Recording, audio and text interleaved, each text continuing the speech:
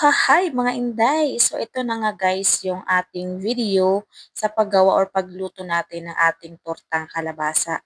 Gaya nga ng nasabi ko sa inyo sa aking previous na video ay ipapakita ko sa inyo yung process ng aking pagluto ng ating tortang kalabasa.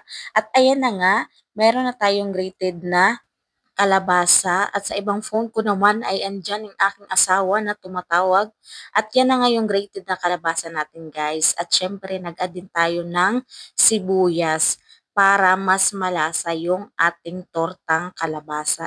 Bale yung kinat ko nga pala dito guys na sibuyas is medium size dahil hindi naman karamihan yung aking lulutuin at ayan, hiniwa-hiwa ko na nga siya ng maliliit.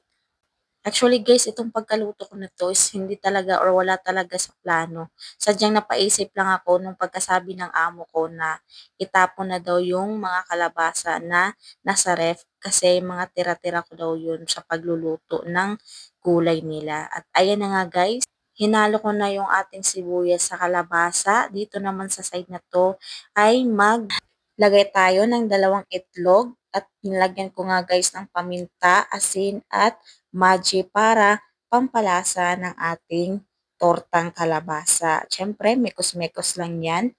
Tapos, nag-add nga pala ako ng isang kutsarang cornstarch dito guys. At pagkatapos niyan ay, siyempre, i-mix na natin yung itlog natin dun sa ating kalabasa para maluto na natin ito. I-mix lang natin ng maayos guys para magpantay siyempre yung lasa ng ating tortang kalabasa. At dito naman sa kabilang side guys ay meron na tayong pinainit na mantika at ayan na nga.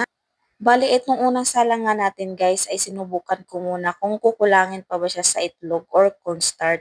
Pero kita nyo naman parang okay na, hindi na kulang sa timpla. At syempre sa pangalawa nating salang ay hindi lang tayo naglagay dito guys ng isa, kundi ginawa na nating apat kasi magkakasya naman siya dun sa ating kawali.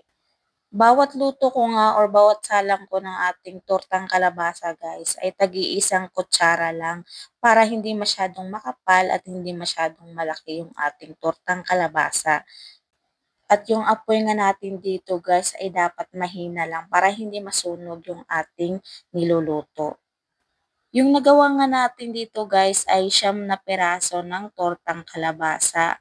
O di ba sulit na rin yun. At itong na nga guys yung ating panghuli na salang at ayan na nga, ready to eat na yung ating tortang kalabasa. Thank you for watching guys!